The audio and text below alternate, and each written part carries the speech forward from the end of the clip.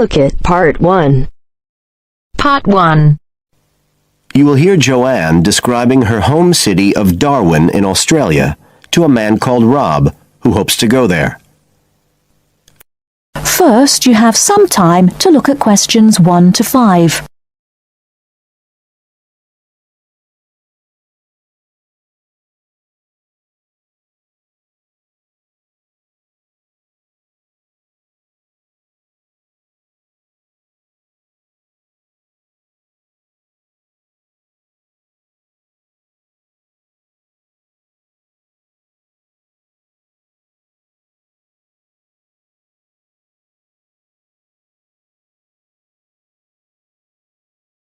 Now we shall begin. You should answer the questions as you listen, because you will not hear the recording a second time. Listen carefully and answer questions 1 to 5. Joanne? Hi, you must be Rob. Nice to meet you. So, I hear you're planning to visit Australia. Yeah, and I really wanted to talk to you because I was thinking of spending some time in Darwin, and my sister told me you're from there. That's right. So, tell me about it. Well, where shall I start? Well, Darwin's in what they call the top end because it's right up at the northern end of Australia, and it's quite different from the rest of Australia in terms of cultural influences. In fact, it's nearer to Jakarta in Indonesia than it is to Sydney, so you get a very strong Asian influence there. That means we get lots of tourists. People from other parts of Australia are attracted by this sort of international cosmopolitan image. And as well as that, we've got the same laid-back atmosphere you get all over Australia, probably more so, if anything, because of the climate. But what a lot of the tourists don't realise until they get there is that the city's also got a very young population. The average age is just 29, and this makes the whole place very buzzy. Some people think that there might not be that much going on as far as art and music and dancing and so on are concerned because it's so remote. I mean, we don't really get things like theatre and opera in the same way as cities down in the south like Sydney, for example, because of the transport expenses. But in fact, what happens is that we just do it ourselves. Lots of people play music, classical as well as pop, and there are things like artists groups and writers groups and dance classes. Everyone does something. We don't just sit and watch other people. You said it's very international? Yeah, they say there's over 70 different nationalities in Darwin. For instance, there's been a Chinese population there for over 100 years. We've even got a Chinese temple. It was built way back in 1887, but when a very bad storm, a cyclone in fact, hit Darwin in the 1970s, it was almost completely destroyed. The only parts of the temple that survived were part of the altars and the stone lions. But after the storm, they reconstructed it using modern materials. It's still used as a religious centre today, but it's open to tourists too, and it's definitely worth going to see it. Oh, and as far as getting around goes, you'll see places that advertise bicycles for hire, but I wouldn't recommend it. A lot of the year it's just so hot and humid. Some tourists think it'll be fine because there's not much in the way of hills and the traffic's quite light compared with some places, but believe me, you're better off with public transport. It's fine and not expensive, or you can hire a car, but it's not really worth it. What's the swimming like? Well, there are some good beaches, but the trouble is that there's this nasty creature called the box jellyfish, and if it stings you, you're in bad trouble. So you have to be very careful most of the year, especially in the winter months. You can wear a lycra suit to cover your arms and legs, but I wouldn't like to risk it even so, personally. And there are the saltwater crocodiles too. I mean, I don't want to put you off. There are protected swimming areas netted off where you'll be safe from jellyfish and crocs, or there are the public swimming pools. They're fine, of course. Before you hear the rest of the conversation, you have some time to look at questions 6 to 10.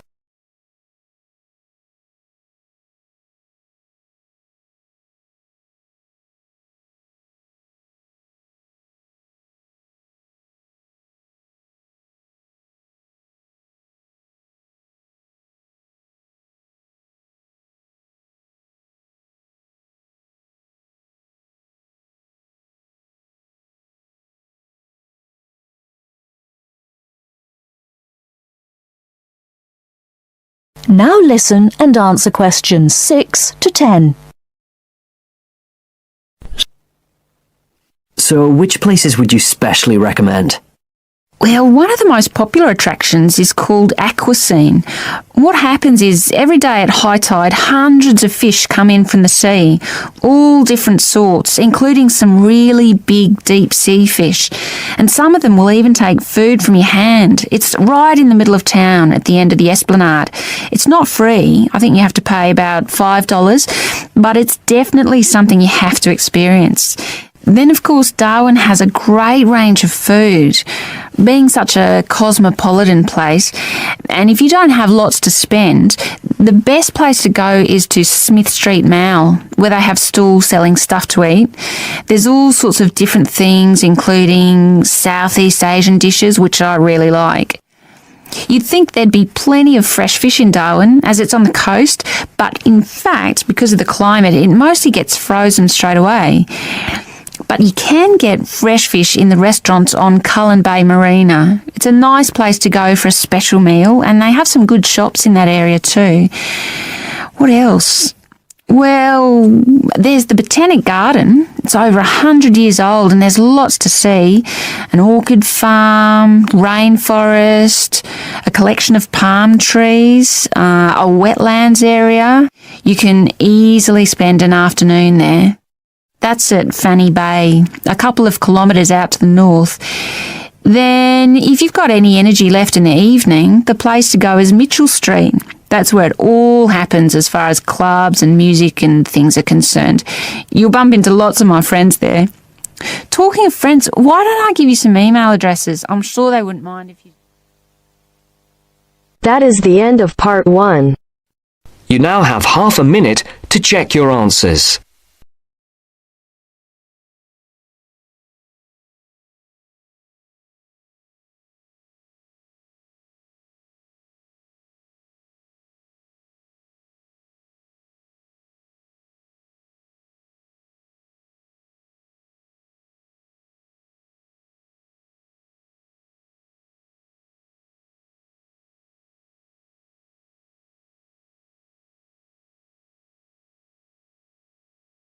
Section 2.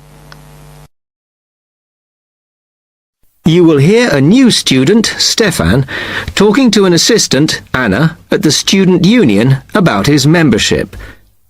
First, you have some time to look at questions 11 to 16.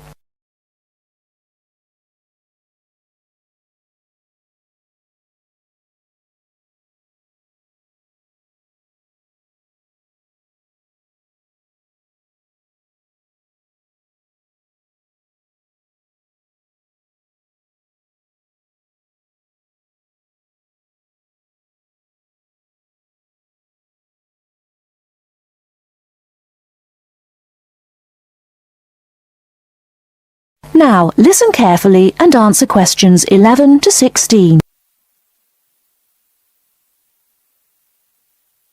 Hi, can I help you? Yeah, I hope so. This is the first time I've been down to the union. I'm a new international student, and I just wondered what to do. Oh, right. Well, normally we ask international students to fill out this form, and we put your details on the wall by reception. Then other students can contact you. It's a way for everybody to get to know each other. It can be a bit lonely otherwise. Oh, I see. What's your name? I'm Anna, by the way.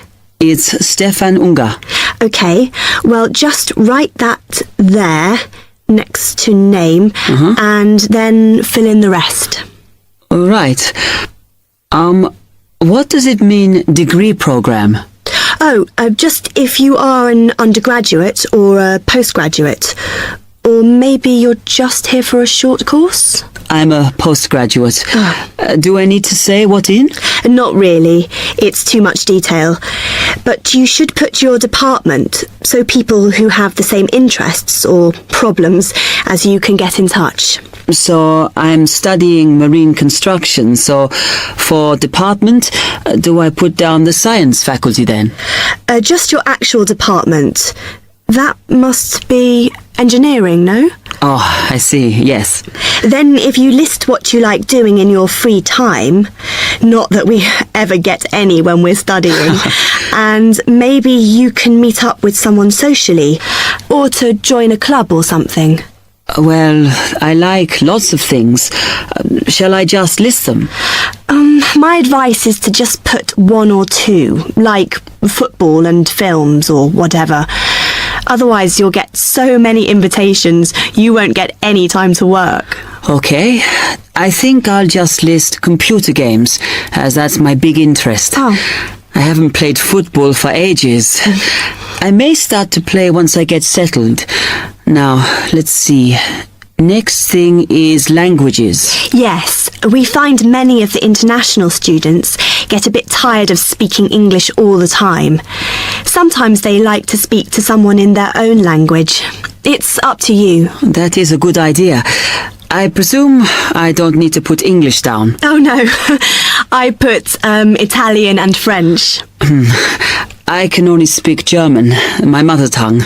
Okay, well that's fine. Just put that. What does accommodation mean? Is that my address? We're trying to find similarities between people, and some people live in hall, some are in flats, some are in bedsits.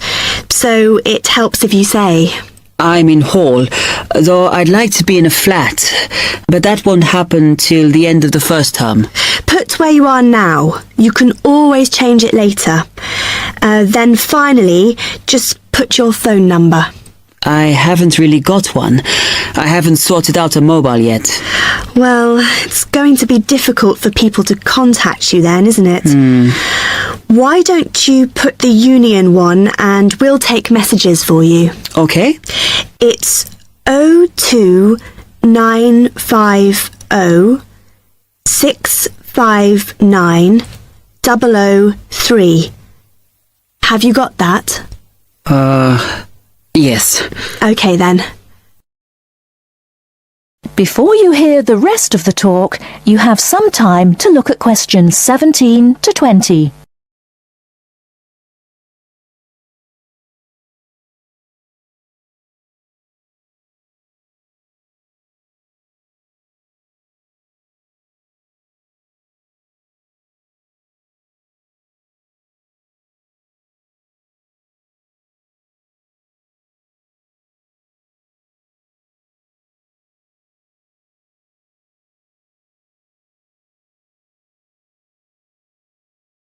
Now listen and answer questions 17 to 20. Oh, I had a couple more questions about the services you've got here. It says there's a photocopier here. Yes, you need to get a card from the shop, and then it's available to all students in the mornings. The Union uses it after 1 p.m. Okay. I see also the Union organizes loads of events. Are they always held here in the Union building? It looks big enough. If you're interested in something, you should check the poster or our website. In fact, we normally use the Round Theatre, opposite the conference centre for most events, because the sound system is better. Right. I'll do that. Also, I wanted to hire a van. Can I do that through you? No. You need to present a case, really. They're not just available for hire to anyone. The president said we have to limit who is allowed to hire them. The person you need to see is the transport secretary. She's on the second floor. Okay, thanks. The other thing is, are all the discounts we get with our Union card listed on the back of the card? I thought there might be more. No, that's it, I'm afraid. Mainly books, clothes and music.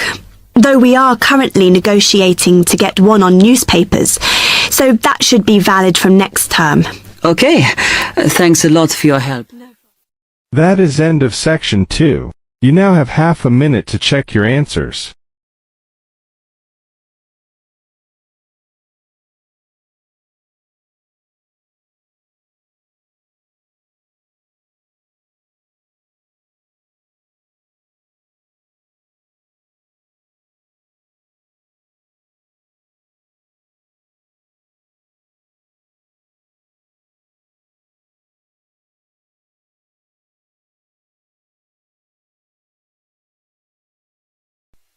Now turns to Part 3. Part 3. You will now hear a radio talk on agricultural regulations. First, you have some time to look at questions 21 to 25.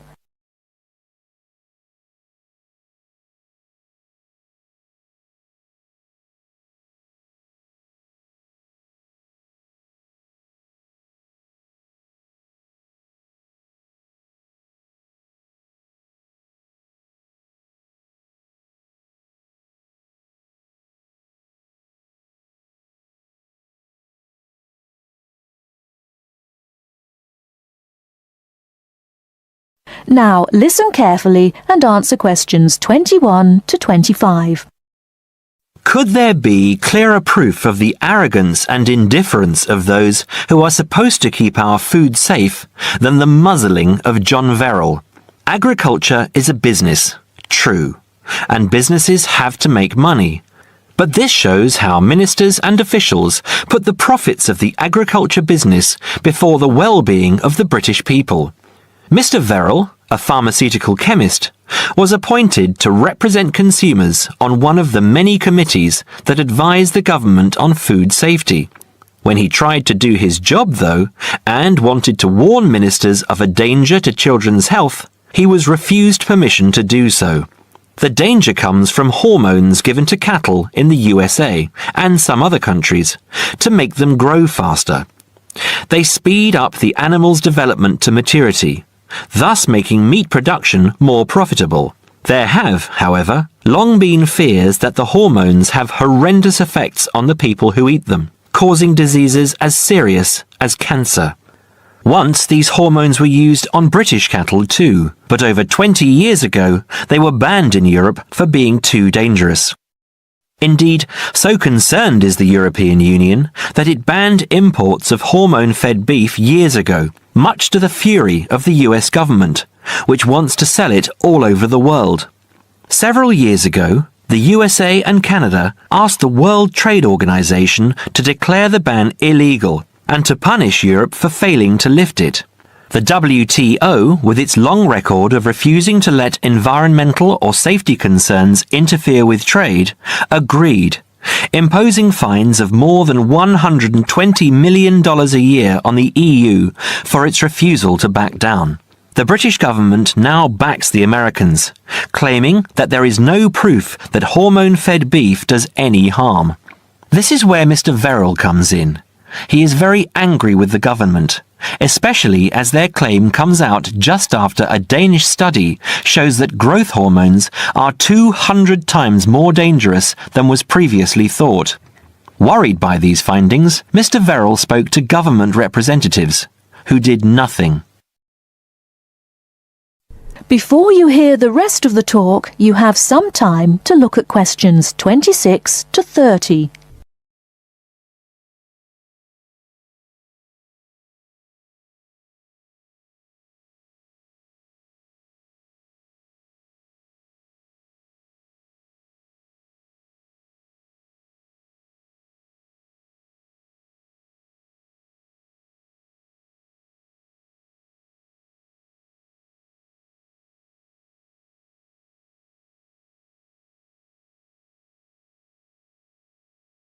Now listen and answer questions 26 to 30.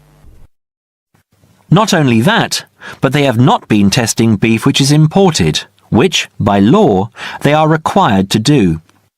This directly affects the British public, as about 40% of the beef British people eat comes from abroad, supposedly from countries like Brazil, which does not allow the use of growth hormones.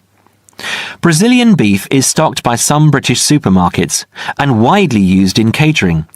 Yet, when a Brazilian farm was recently visited by EU inspectors, a large stockpile of this banned substance was found. This is not the first food scandal we have had in our country. Take the present concern over a well-known chocolate company. Several months ago, the company found out that its sweets were contaminated with a rare form of salmonella, but they did nothing about it, leaving their sweets in the shops to be bought by the unsuspecting public. It was not until 5 months later when several children had suffered food poisoning, that the chocolate bars were removed from the shelves. It makes you wonder how many other dangerous foods have been allowed onto our plates. That is the end of part 3. You now have half a minute to check your answers.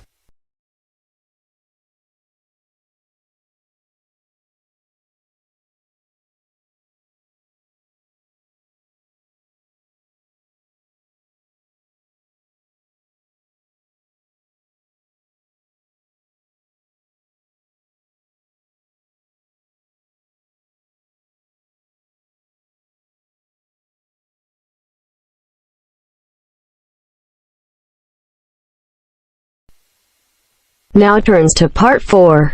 Part 4. Listen to the following lecture about lightning. First, you have some time to look at questions 31 to 40.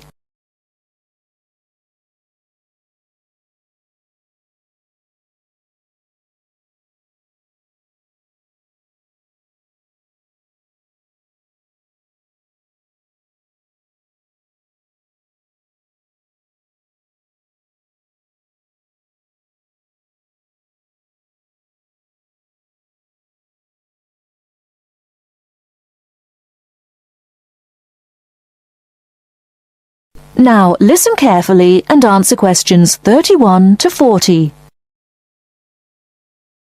In earliest times, man considered lightning to be one of the great mysteries of nature. Some ancient people believed that lightning and thunder were the weapons of God. In reality, lightning is a flow of electricity formed high above the earth. A single flash of lightning 1.6 kilometers long has enough electricity to light 1 million light bulbs.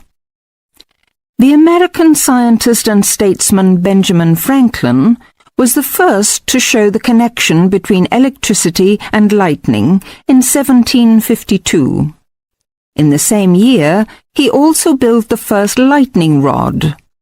This device protects buildings from damage by lightning. Modern science has discovered that one stroke of lightning contains more than 15 million volts. A spark between a cloud and the earth may be as long as 13 kilometers and travels at a speed of 30 million meters per second. Scientists estimate that there are about 2,000 million flashes of lightning per year.